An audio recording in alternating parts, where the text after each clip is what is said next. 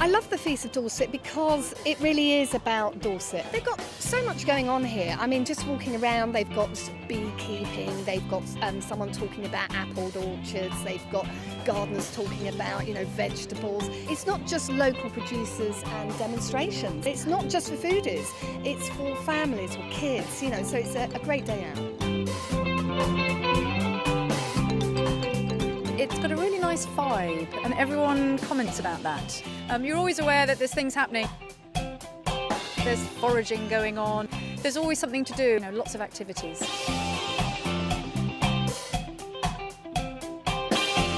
Oh, the Feast of Dorset is a really special event. I've just been comparing the question and answer session. We've had Rose Prince and Fran Ward, Tamsin Day-Lewis, Matt Davey and Andy Kelly.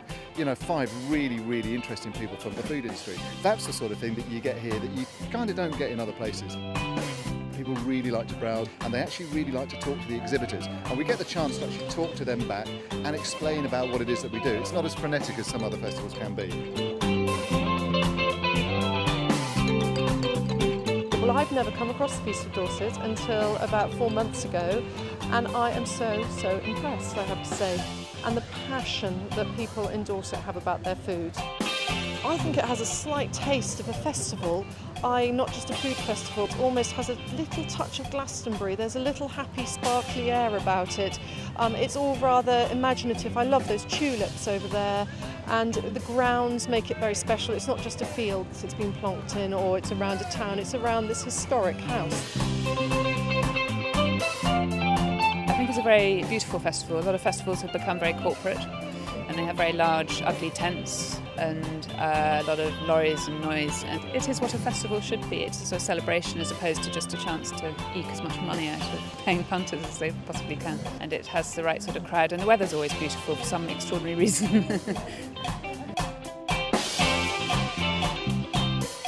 It's great for all the family, it's very difficult to find a place to take the family that's interesting for the children and also for the adults to get involved. It's not just about having fun, people are actually learning stuff in a fun way, which is great. I love local food. It's really important. I like knowing the producer, I like the authenticity of it, but it's also very important to have the best place of foods from all around the world. I sold 40 kilos of gorgonzola today. That's a lot of gorgonzola, right?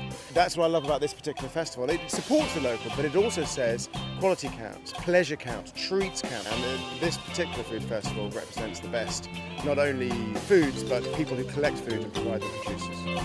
People are allowed to express themselves at this food festival. They're not being expected to sort of market something that's going to go into a supermarket. It has a very, very real feel about it. It's very, very good and very impressive for a relatively new festival, and I think Abergavenny will have to watch itself.